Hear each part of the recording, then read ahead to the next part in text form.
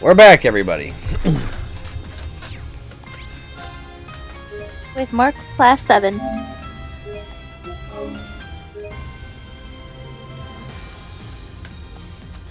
Alright, so now we actually have side quests to do.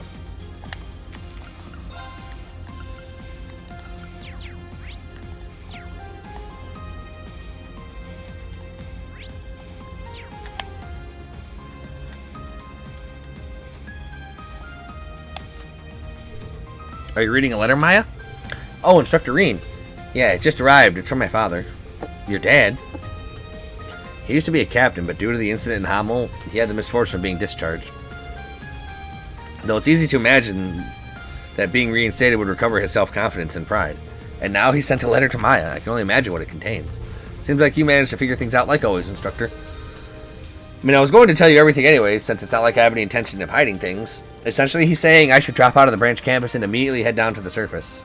I thought as much. And if I don't listen to what he says, it sounds like he's going to throw out all my most treasured items, including some clothes that belong to Mom. My things did disappear when he visited me at the campus a while ago. I found that pretty strange. Well, we confirmed as much when we snuck in that one time. Could that have been the reason? I was quite perplexed at first. I thought that if Dad could return to the military, then he might regain his pride and self-confidence. But he just doesn't seem like a good guy, drink or no drink. So her dad's an asshole, with or without the alcohol in him, huh? Okay. Maya. I'm sorry to bother you with all this, Instructor. Don't worry, I have no intention whatsoever of leaving this ship. I'm sorry to hear about my clothes, but this might be the kind of thing that you're better off just ignoring. Is this really the right thing to do? I wonder if I should help. We should. Maya, I can go with you if you feel like you want to confront your dad.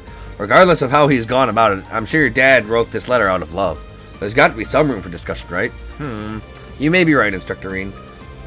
Even if it ends up with him breaking off contact with me, as long as I can have a chance to speak frankly with him, then it's worth it. Maya. Maya contacted her father, Joseph. He asked her to come to Rock Patio, located off Languedoc Canyon Road.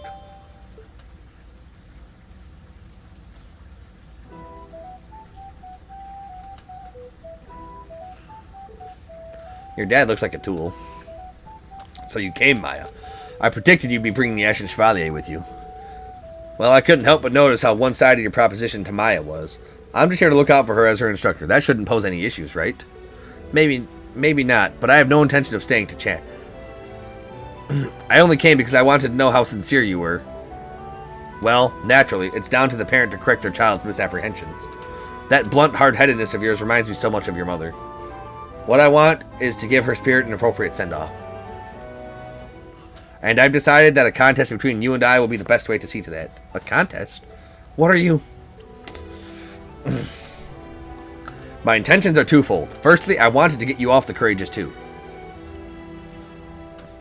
Secondly, I intend to show you that your marksmanship is nothing but a childish imitation of true skill.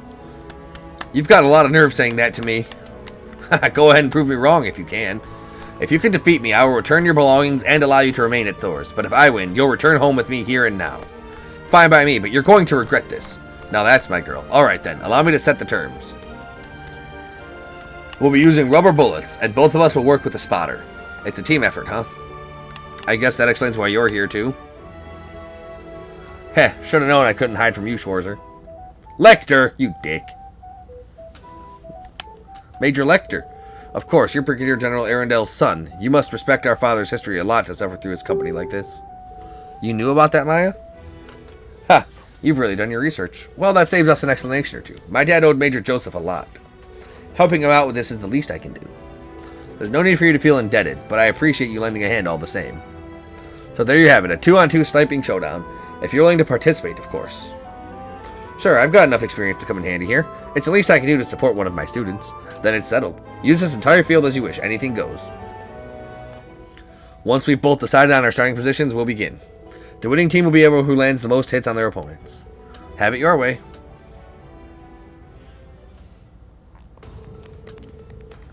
Each team retreated to the opposite ends of the field and the match began. For a while, they traded shots while maintaining a good distance, but then... Wait, Instructor Reen, I think they're up ahead. Yeah, I can sense them behind that rock. I'll go on ahead. Wait for my signal. Roger. Phase 1, flushing out hidden foes. They're here, all right. Probably waiting for us to make the first move. If we go the wrong way, we'll leave ourselves wide open. What should I tell Maya to do?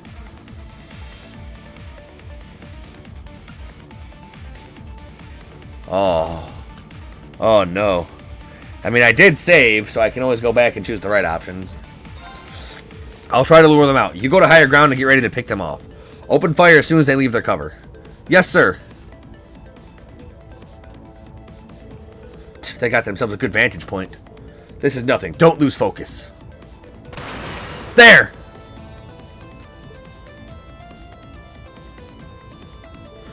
Looks like the Major's okay, but you really got me good.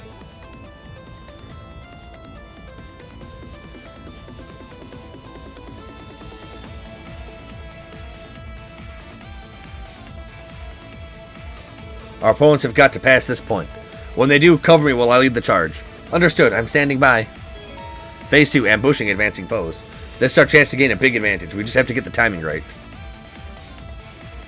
We're going to set up for a surprise attack, obviously. We'll set things up and take them by surprise. As for the timing, now!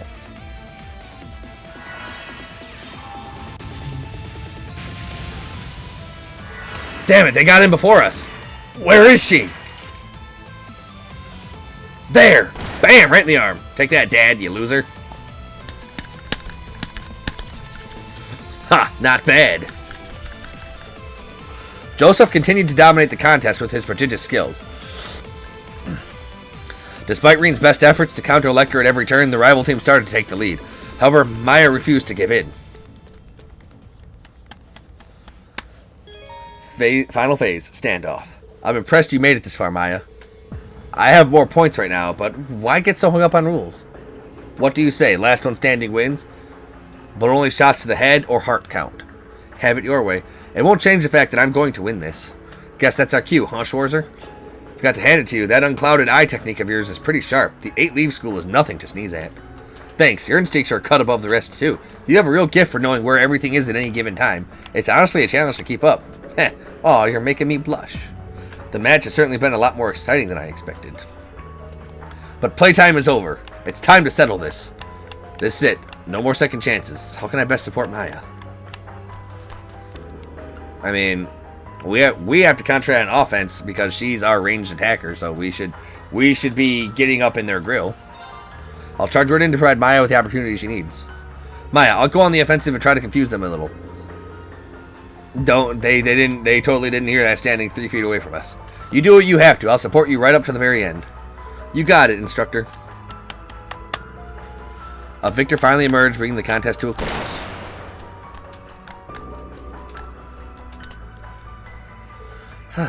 That's that. I won. That was some magnificent shooting. I'm sorry I couldn't do more for you in the end, Maya. It's alright, instructor. I couldn't have done this without your support. Looks like the spotters match is a draw this time around. Maybe we'll get a chance to settle the score again sometime. Yeah, maybe. Our little competition is over. Maya, you may do as you wish from here on out. I will, but there's something I want to know. Why did you suggest we ignore the points? You were in the lead. If you'd kept to the original rules, you would have won. To tell you the truth, the victory never mattered to me. My only real concern was whether you could take care of yourself. I still have my doubts, but it's clear to see that you have the resolve to follow through on your convictions. Those who fight without resolve have no place on the battlefield, but now I see that you won't falter with your duties. Besides, you didn't really think I'd throw away your mother's old kimono, did you? No, not even for a minute. Was that what you were trying to imply? Yeah, you're not exactly subtle, Major. You sure about this, Joseph? You know this means your daughter's going to be working against the Empire, right? I know better than to try and change this girl's mind when she's decided on something.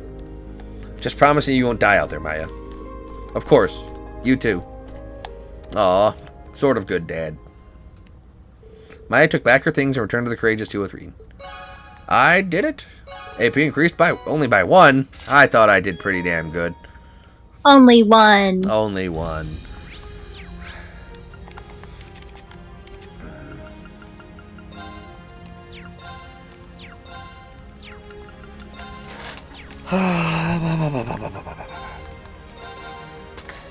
Do me a solid. I might do you a liquid. Oh, that's fine too. Do me, just as long as you don't do me a gas. I might.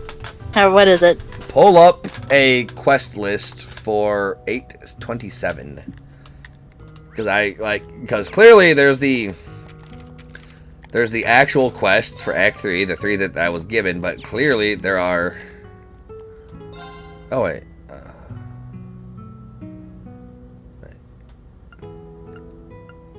Did I do that? No. Okay, yeah. Clearly there are a few hidden quests that were not given to me because the game does that. I hate when the game does that. You hate. Yeah, I hate when the game gives me the X amount of side quests, but then scatters extra side quests hidden around the world. You said the 27th? Yes, 8/27. Okay. Okay. So what? Let me just. You got the quest list? I think that's what I'm looking at. Right. I don't know, to be honest. Well, but I'll let you know when to give me the information. Oh, it's you guys. Instructor Thomas and the lady from the Crossbell Times. Good to see you two again. I wouldn't know. The guy in the middle is blind. Breen, Toa, it's been quite some time. It seems I just missed you and Aaron, like ships passing in the night, aren't we? Yeah. Gaius and Rosine told us you'd been here. So, who's your friend over there? I've seen you around, but I don't think we've ever actually spoken. Those eyes, he must be blind. I had better make a formal introduction. My name is Man with Eyes Shut. They call me Brock. Would you stop? I am Marcel Nielsen, freelance journalist. And I may be blind, but once I open these eyes, I use Hyper Beam! Of course, I'd already heard all about you, the redoubtable Miss Herschel. Class 7 and the Ashen Chevalier alike. Or perhaps it would be more accurate to call you the ultimate sacrifice of the Great Twilight?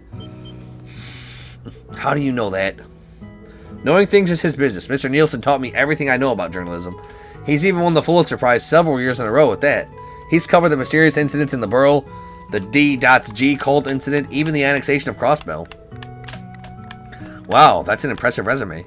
I remember hearing about you, but what are you doing here with Grace and Instructor Thomas? Well, first off, allow me to apologize for not helping you during that little incident on the Pantagruel. You see, there was a certain something I had been searching for at the time. An artifact passed down through the Imperial family, the final volume of the Black Records. You mean the secret books you and Reen were deciphering? Those very same books. Between a flame and earth, the wavering darkness begins to spin the tale of the end. First, the conflict of the great gods of the second pillar. Second, the fusion of earth and flame and the completion of the 7 vessels. Third, the beginning of the 1,000-year city and the acceptance of the Grawl. Fourth, the disappearance of the Holy Beast and the catastrophe of the Whispering Dragons. Fifth, the recapture of the capital and the Vermilion Curse. Sixth, the Lion's War and the sacrifice of the Holy Maiden. Seventh, the appearance of the giant pillar in the north and the unwanted child. Eighth, the sacrifice of the village and the 100 Days campaign. Ninth, the great blue tree to the east and the appearance of the cursed castle to the west. Thus, the 1,000-year-old wish was fulfilled. When the sacrifice is made, when the ancient blood flows, the path to the Grawl of Erebos shall open. When the tainted holy beast is pierced by the blade of World's End, and its blood fills the Grawl, the great twilight shall fall upon the land. So there's actually more to it than that? That's what His Majesty told me when I visited him at St. Ursula. There's an additional volume related to what will happen after the Great Twilight. Sadly, however, His Majesty never read it himself. Wow, he absolutely should have fucking read that, then maybe half this shit wouldn't be happening. God damn it, Ugent. Whoa, it can record even the future? That's artifacts for you. They operate on a whole different kind of logic. All that stuff about the Recluse Cube back in the Burrow, whoosh, right over my head. I think all of us are at a loss over it, to tell you the truth. Lucky for us, Mr. Nielsen's already gotten a hold of the last volume. Right? Huh? Oh, right on the money. My, this must be the work of the Eight Leaf School's famous unclouded eye technique, no? It's as you say, I possess the final volume. It took a month of searching all throughout the Empire. And curiously enough, though, my own eyes are themselves clouded. I can still read the contents of the book. What?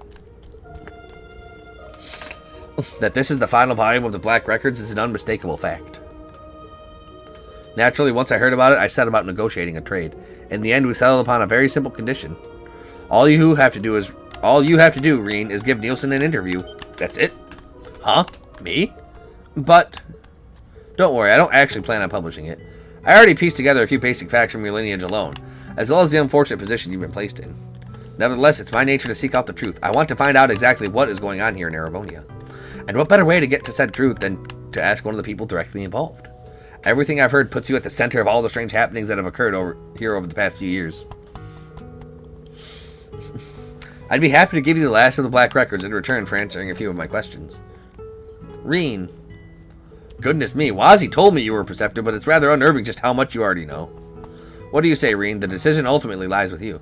War is only 5 days away. This could help allay the situation, if only a little. I guess so. Give him the interview! Alright, you can ask me anything you want. You have my thanks. I really appreciate this, Reen. I need that book. Hey, do you mind if I sit in on the interview? I'm joining in too. No journalist worth her salt would let this chance like this get away. Toa, Thomas, and Grace remained at the room while everyone else left to wait outside. Thus, Reen's interview began with the blind journalist, then began.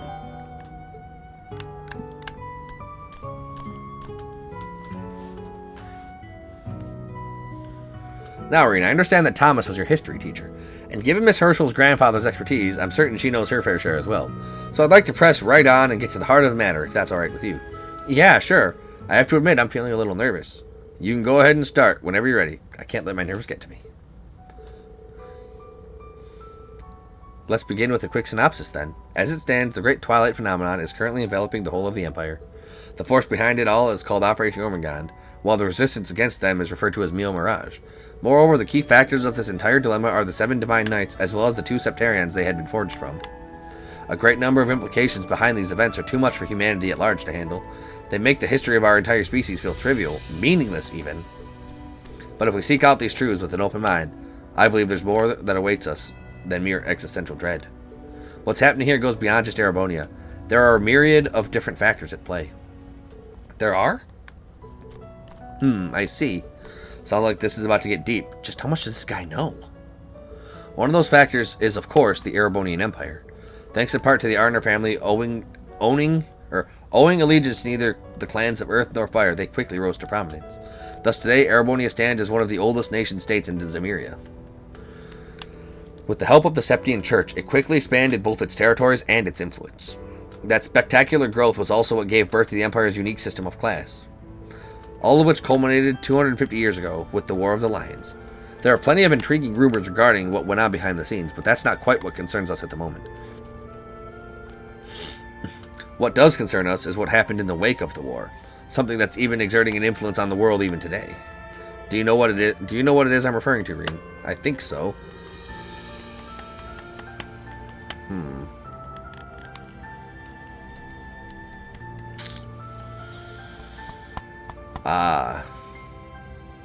So how about that quest list you got?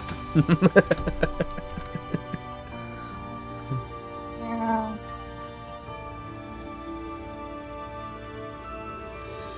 Okay, so the 27th.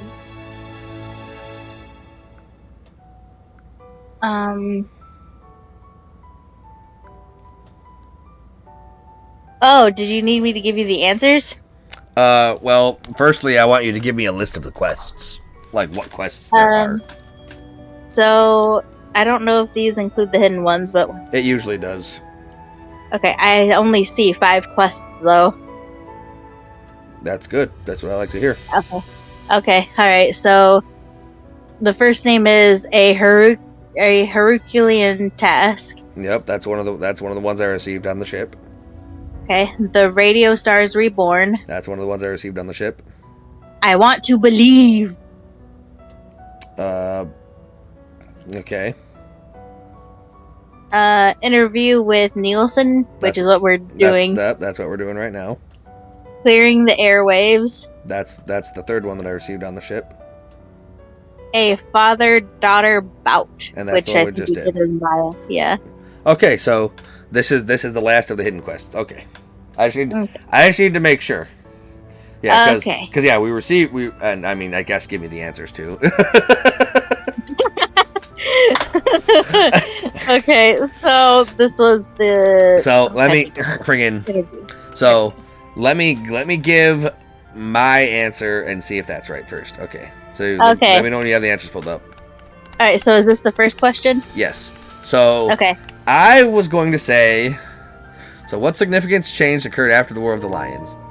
I was gonna say advancements in weapons technology. It is the third choice. I was thinking post-war Renaissance, but I was wrong. Okay. You were wrong. You mean Drykel's post-war Renaissance, right? I was thinking I wanted to choose that, but I would have ultimately chosen technology and weapons. A whole lot of innovations were introduced during that time. Stuff people couldn't even dream of back in the Dark Ages. It helped make the country what it is today, making huge leaps forward in law and economics and culture alike. The founding of Thor's military academy is a perfect example. That's right, because anyone can enroll regardless of class or nationality. It helped a lot of commoners get into the Imperial Army or obtain government posts. Thinking about it like this, you could also say it directly led to the formation of the noble and reformist factions and even the Civil War itself 2 years back. Right. The noble faction would never have been so militant if those class distinctions hadn't been so pronounced to begin with. That likely had repercussions beyond the army and the government as well. Very good, it seems we're more or less on the same page. Let's move on to the factors that work outside of Erebonia then. Now I realize that's a rather broad description to use. So for our purposes, we'll narrow it down to Liberl, Northumbria, Jirai, Nord, and Crossbell. Calvard also borders the country, of course, but it really deserves to be in a category of its own. Whether the Nord Highlands count as part of the Empire is up for contention. And Crossbell has been a contested territory for hundreds of years. But these territories weren't under the Erebonian rule when the Empire was first founded. Even so, their impact on imperial matters back then was by no means small. We have, for instance, the Nord Highlands, where then Prince Drykels began his campaign. And Liberl found itself caught up in the 100 Days' War due to massacre at Hamel, a tragedy born of conflict within the Empire's class system. Of course, it goes without saying that each of these situations began from within Erebonia, but there was one specific event not directly connected to the Empire that still had a great influence on its future. Does anything spring to mind, Reen? Let's see.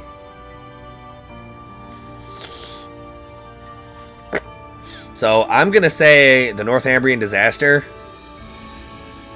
which is option 2, because something happened in the games where friggin' a pillar appeared in Northumbria, and any and everything it touched was instantly turned to salt.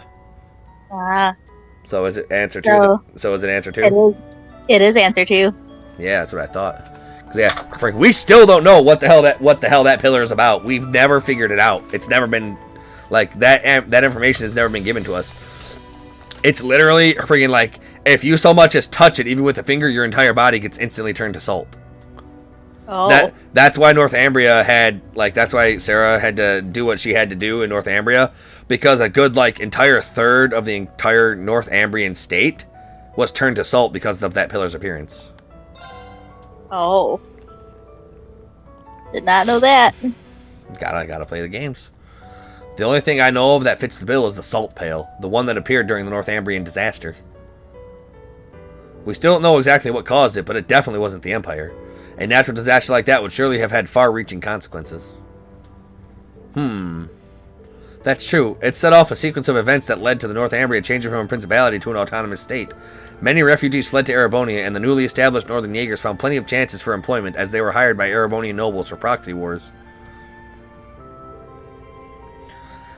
And Northumbria's troubles spilled over to its neighbors in the west. Jirai's resulting economic hardships were just what the Empire, or rather Chancellor Osborne, needed to turn its people against Crow's grandfather.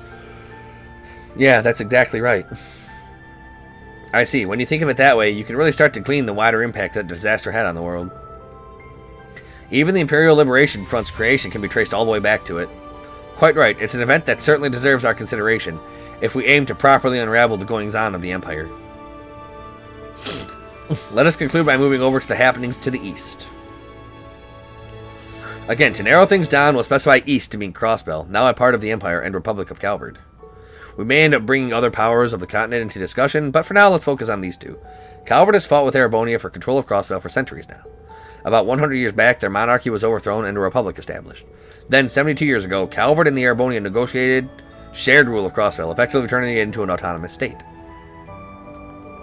But some 30 years ago, before that, Crossbell was actually part of the Empire. Were you aware of that? Come to think of it, I think we did touch upon that in our history class, if only just barely. I guess the Imperial School wouldn't want to give a lot of attention to losing a territory. We still have a lot. We still have the old Governor General's residence from when we were last under Imperial rule, too. The old pro-Erebonian speaker took the place for himself, apparently holding some seriously shady underground auctions there. Omissions like this are a common story, I'm afraid. For the Empire, the shared jurisdiction represented a loss, a humiliation. Thus, they gave it less and less prominence in their histories over time, in an attempt to cover it up and diminish its importance. I see. Yeah, that about explains it. Dreikel's post-war renaissance spurred Calvert on to make a great number of societal changes, many of which led them to increasing their own sphere of influence, eventually resulting in the dispute over Crossbell. The tension between the two nations has festered throughout the generations, especially on the side of the Erebonians. And the curse is bringing all that animosity to the forefront. Calvert's revolution was a time of rapid change and upheaval. These things are never exactly simple, but there was one force that was instrumental in overthrowing the old social order. How's your knowledge of international history, Reen? Do you know what it was? Well...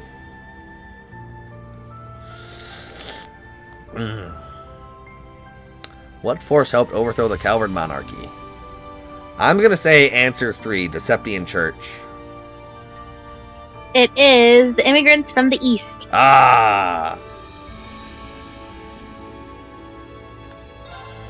A lot of people emigrated to Calvert around that time. They still do this to this day, in fact. Indeed, at the time, Calvert was verging on the brink of an economic collapse. It's said that the merchants moving in from the east gave the revolutionary forces enough financial aid to tip the scales in their favor. There are also rumors that eastern assassins were sent after major leaders on both sides. Ah, so that's how the flow of people from east affected Calvert's revolution. That revolution led to Crossbell's autonomous statehood, in which turn led to its struggle for independence and subsequent re-annexation. The re-annexation that led to the Calvert taking military action, and thus the results of that battle led them to deploy their agents to Heimdall earlier this year. I'm starting to see how it all connects to Operation Jormungand and Mio Mirage. Yeah, there's more behind-the-scenes dealings to this than just Erebonia's. This isn't really an interview, is it, Mr. Nielsen? It's more like a debriefing. Thanks to you, we now have a much firmer grasp on the continent's past, present, and future. All these events laid the groundwork for the curse of the Empire to take root. The way you put it, even my becoming a sacrifice for the Great Twilight sounds like it was inevitable. Ah, so that's what this was all about. Mr. Nielsen. Well, you are a key figure in this, after all. I simply felt you had a right to know. Though, talking through and discussing our various theories was rather enjoyable, too. Receive the final volume of the Black Records. Oh, it's relatively short compared to the others, so it shouldn't take too long to decipher. In any case, you have my thanks for volunteering your time. Now, if you excuse me, I must go off in search of my next story. Wait, you're leaving? How? Oh, I've arranged passage with one of the transports passing through from Aragon. They'll take me as far as Milsante. I'm sure I can find myself a train from there. Wow, that's pretty thorough. Do you mind if we tag along? This is just too good to pass up. I've got to tell Rhines about this. Grace, cool your jets. Well, it looks like this is where we part ways. But I expect we'll meet again, perhaps with my commander present next time around. An appealing prospect, to be sure. Thanks for everything, Mr. Nielsen. I feel like my understanding is finally up to speed. I'll try to take a wider perspective of what we're getting ourselves into going forward. Yes, thank you. This has all been very enlightening. The pleasure was all mine. Now then, I bid you farewell. He is scarily informed.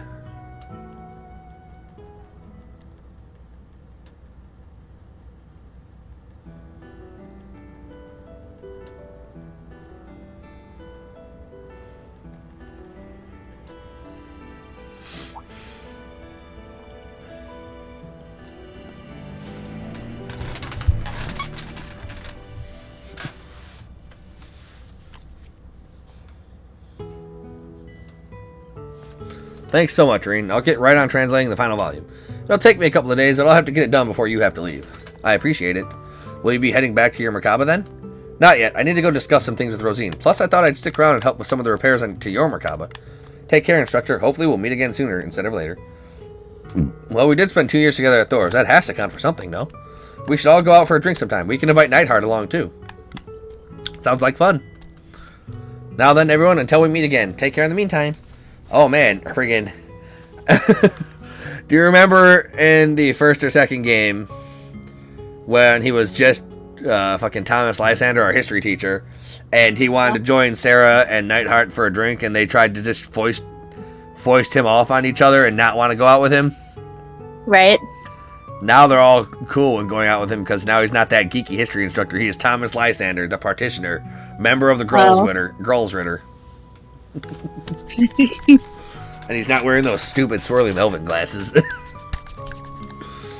And he's also not talking like this, my dear boy Reen. The partitioner, the church's techniques are a total mystery even to us. Perhaps, but as long as grandmother trusts him, that's good enough for me. Phew, that really was a loaded conversation, huh? But everything we learned from it made it worthwhile, wouldn't you say? Yeah, I definitely feel like I've gotten my head together now. I won't let all this talk of prophecies and destiny hold me back. Whatever the Black Records say will happen, I'll face it, head on. Applied directly to the forehead. Pat, pat. That's the spirit. And remember, all of us will be right there by your side.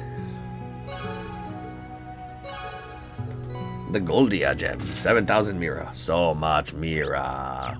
Alright, until next time, everybody. Money. Till next time. Money.